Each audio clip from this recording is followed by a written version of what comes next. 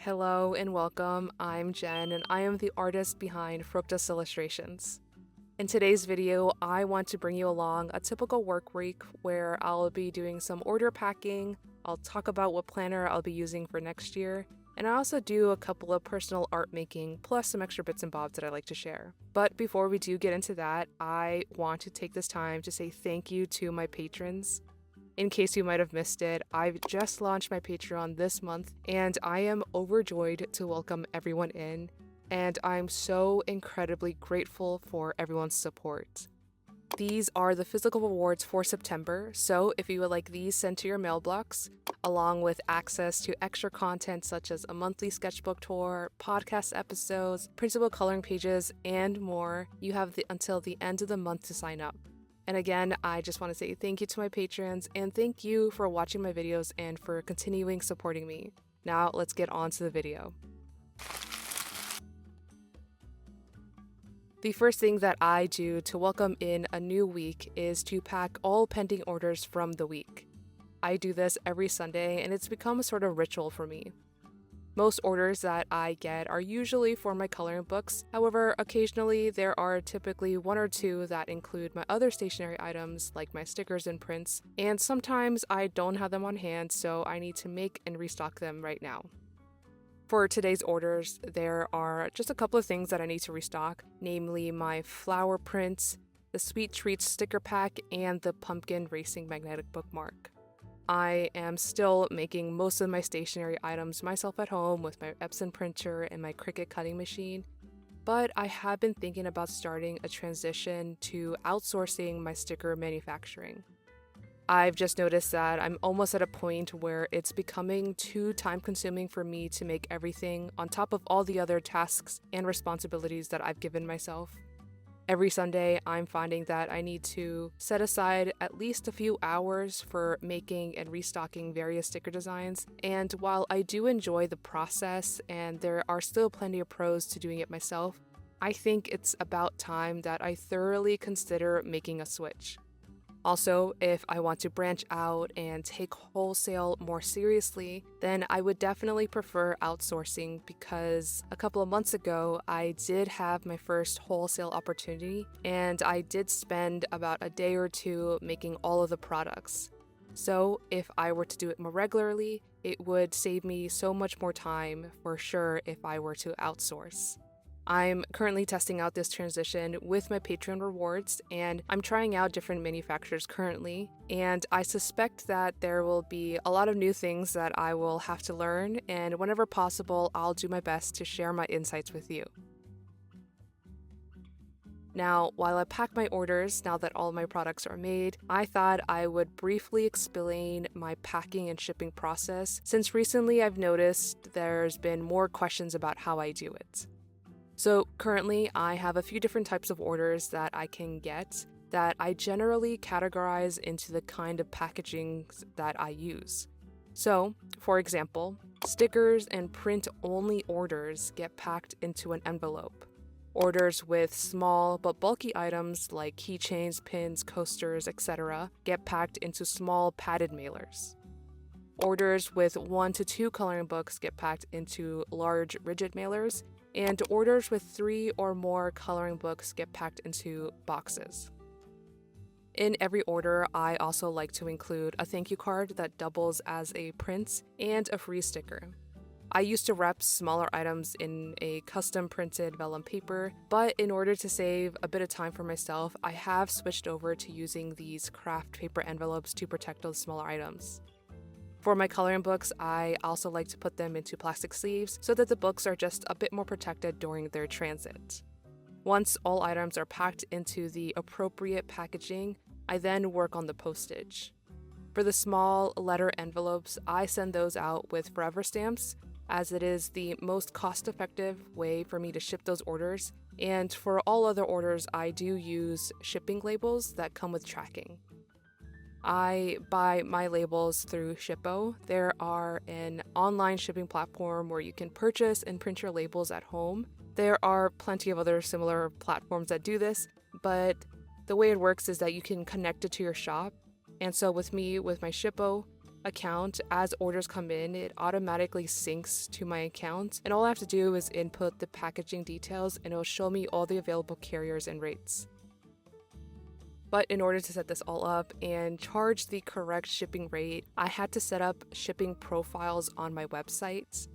My profiles are based on ranges of weights with a flat rate for each range. So to make that work, I inputted the weight of every single product in my shop, and when someone places an order, it'll add up the total order weight and charge my customer based on which range the total weight falls into and where it is will be delivered to. On Shippo, I've also made package templates, so when I'm buying the labels, I don't need to input the dimensions of the packaging every time, and the weight is already calculated, but I usually like to just double check that it is all correct. It does look like a lot of upfront work, but you only have to do it once, and it'll be much easier as you add new products to your shop by doing it this way. I'm sure there are other ways that are perhaps easier, and there are probably some software or services available to do it for you, but this is just a quick overview of how I've done it, and I hope that it clears things up for you if you were curious or having trouble setting it up for yourself.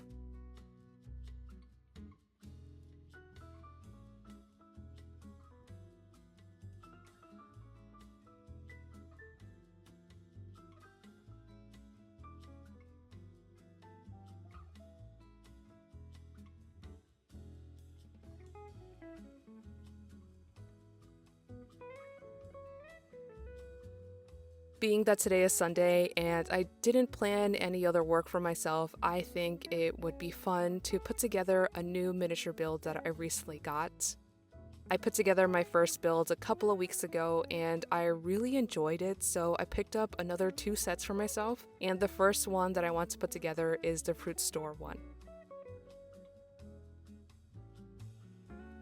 One thing that I really enjoy about being self-employed is that I can follow whatever schedule that suits me, and recently I found that I like having a Sunday start to my week and to end my work on Thursdays instead.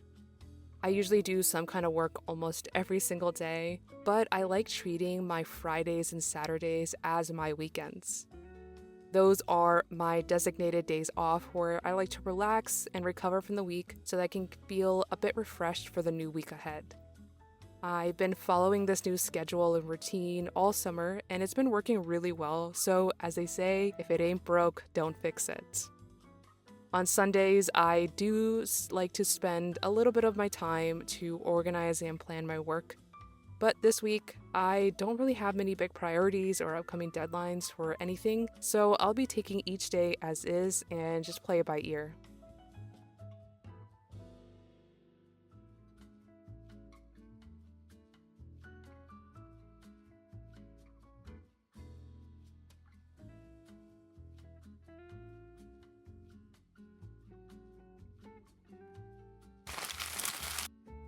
My Monday mornings always start with a stop to the post office to drop off all of my packages, and while I'm also there, I also like to check my P.O. box. Mostly it is to ensure that nothing has been returned back to me, but today I had something very special waiting for me, and I'd like to unbox it with you.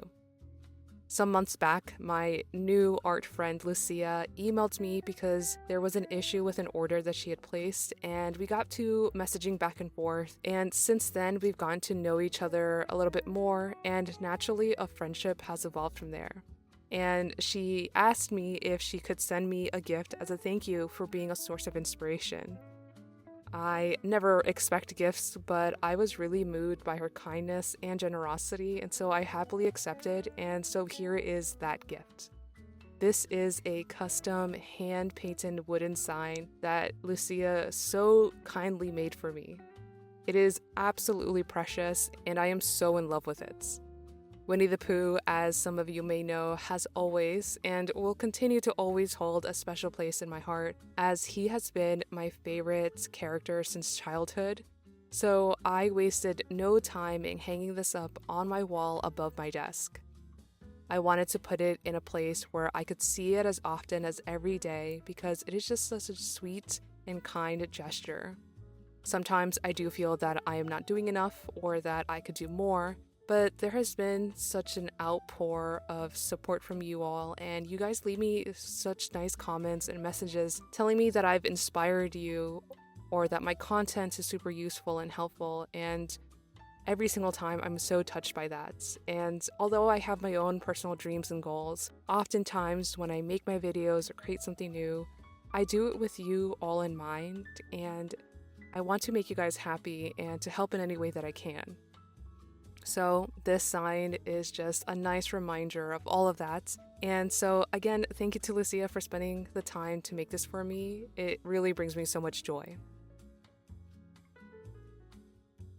The happy mail for today didn't stop there though, because I also received my Hobonichi order today, and I'd like to share what planner that I'll be using for 2025. So the first new thing that I have gotten myself is a 5-year techo. I picked up the gift set, which comes with an A6 size techo, and I think the cover is gorgeous. It's so pretty. The set also came with its own pencil board and a cute tiger sticker, which I'll probably hoard for a while before I use it. I plan to use this planner for logging and reviewing all of the movies and TV shows that my boyfriend and I watch together.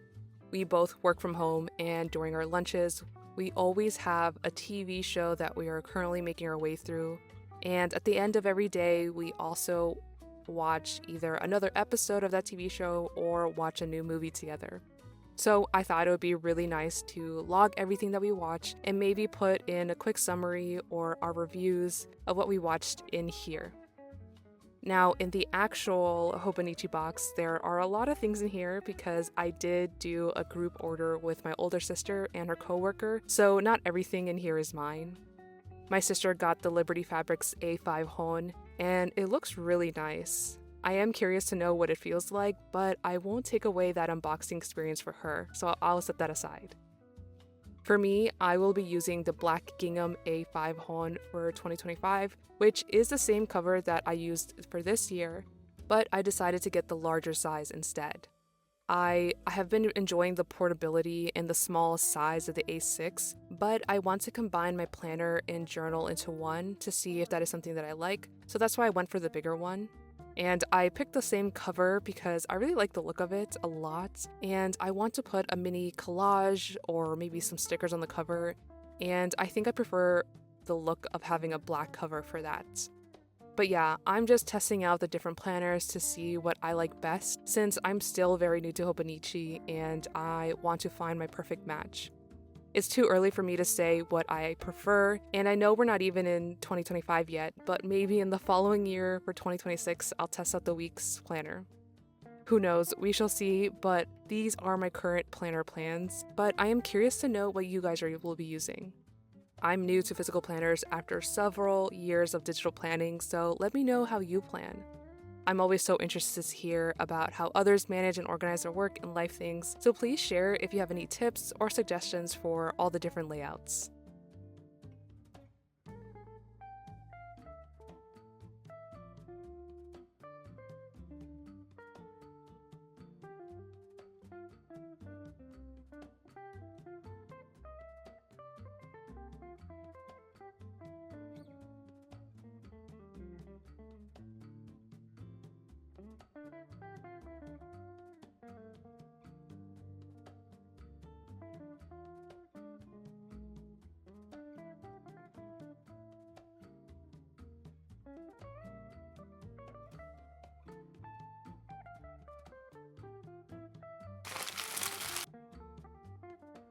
Today's first priority is to make the wallpaper designs for the month.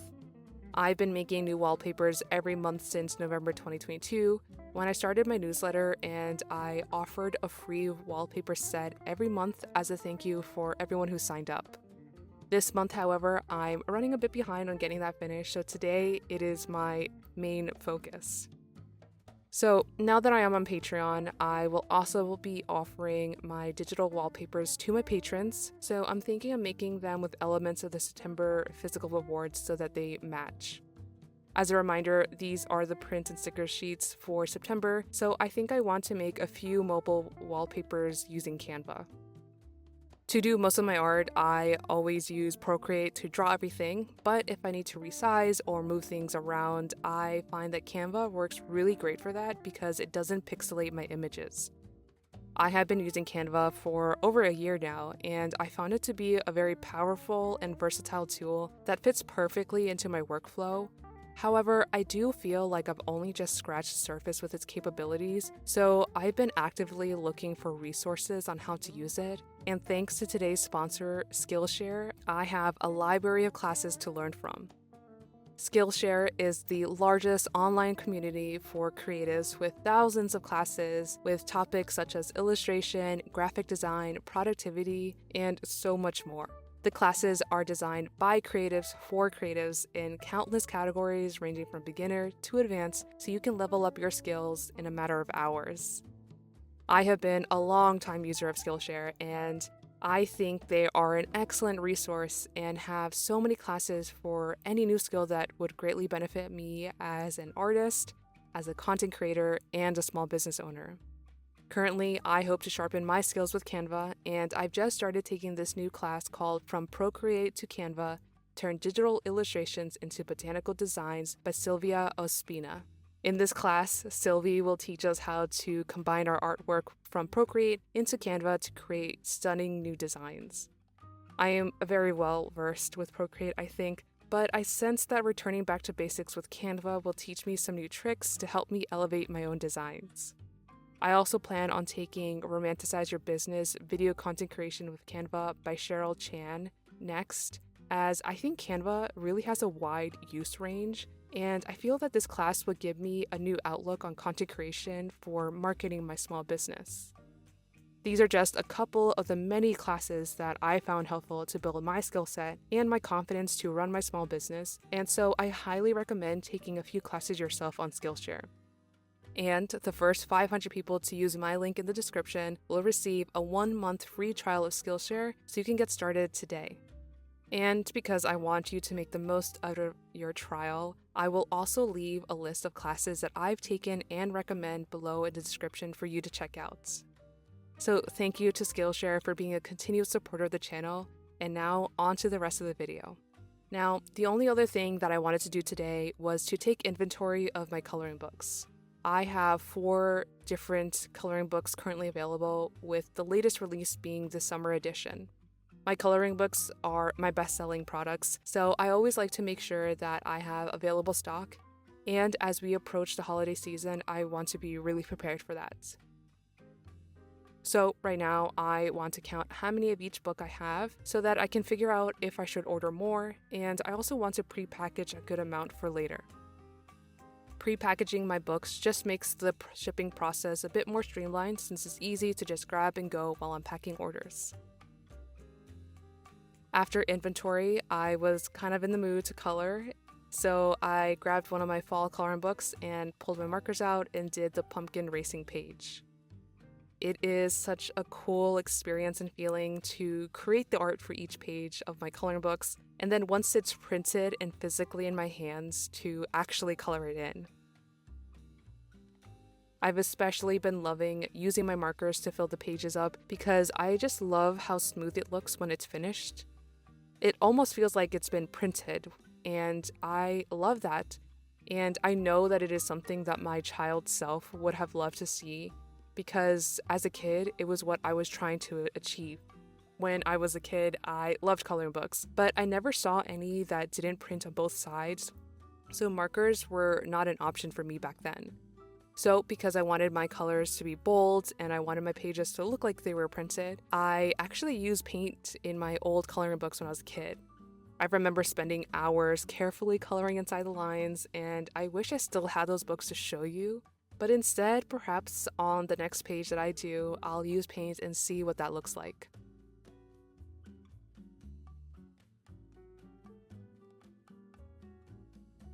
Today turned out to be a computer admin day where I edited a couple of videos, answered a bunch of emails, typed up posts for Patreon, and did some accounting work.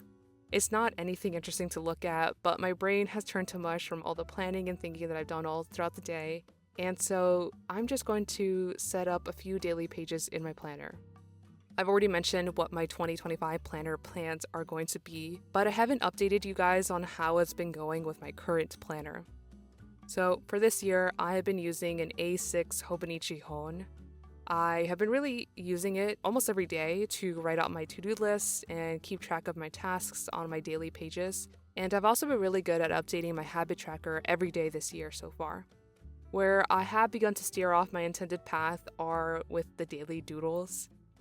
At the start of the year, I was really excited and determined to do a new doodle every day on the daily pages. I was able to keep up with this practice for every single day of the first 5 months, but once June came, I kind of fell off and I was never able to catch up, so I just stopped entirely. For almost all of summer, I was using these pages just for time tracking and to-do lists. I was quite busy during the summer, so it makes sense that this happened, and I'm not really upset. However, I still wanted to find a way to incorporate some kind of daily creative habit with my planner. So, at the very end of August, I changed things a bit, and I decided that I wasn't going to track my hours anymore. And I just felt that it wasn't really helpful, and it kind of made me more anxious than encourage productivity, so I will not be doing that anymore. Now, I just write my to-do list on the left side of the page, and on the right, I now like to journal a bit about whatever comes to mind that day. I also started decorating the pages with, cute stickers and some washi tape, and this has been much more manageable for me to work with, and I still feel like I have some creativity with it. I am also still using my Notion planner because I like having a digital planner for my content creation. It's just easier to plan all of that stuff out there, so I do intend on continuing that into the next year. And so far, I'm really enjoying this new hybrid system that I've been using this past year, and I will keep doing that as we head into the new year.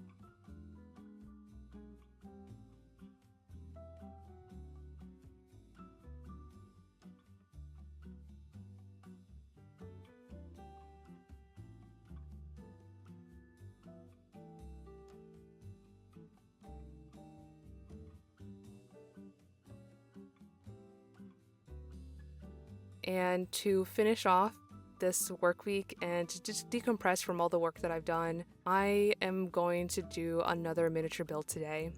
I've just been really enjoying these, and I am just way too excited to make this one to wait, so we're just going to do it today. Plus, I know I can finish it in a couple of hours, so why not? Now that we are in the last quarter of the year and well into September, I have found myself really reflecting on all the goals that I had set for myself.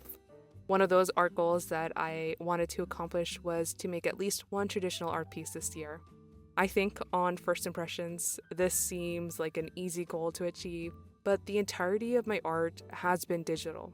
I've become so accustomed to reaching for my iPad every time that I want to do an illustration because it is where I am most comfortable, and I'm more confident with my digital art skills over my traditional art skills.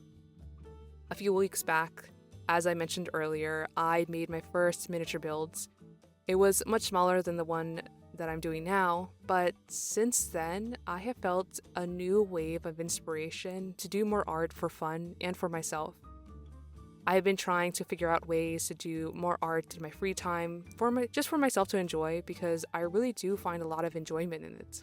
Before art became a part of my job, especially as I was growing up, I remember spending all of my free time drawing, painting, or doodling for hours. So I want to return to that kind of carefree art making again. I love what I do now, and I know that in order to be able to keep doing this for the long run, I do need to find a balance between art for fun and art for myself. And lately, I found that these crafts have really sparked my creativity to make more again. I think that I have fallen into somewhat of a routine, and I only make art when I have to, and basically every time I do, it is digital. But in recent days, I have had a strong inclination to pull out my mixed media paper, my colored pencils and markers to just draw. And I think trying out different creative outlets like these miniature builds has been a really nice change of pace, and it's truly given me a refreshed sense into how I create. And the silly thing is that I already knew this. I already knew that trying out a different medium or a different craft even can have this effect, but I guess I had just forgotten about it.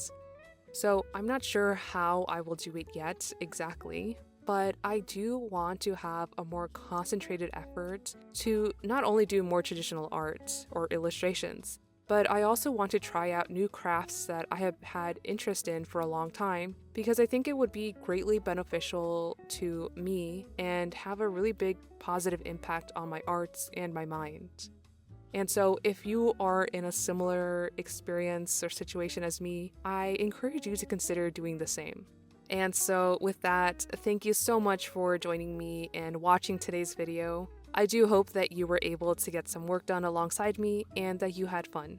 This video was a bit longer than my normal content, so please let me know if it is something that you enjoyed and that you would like to see more of.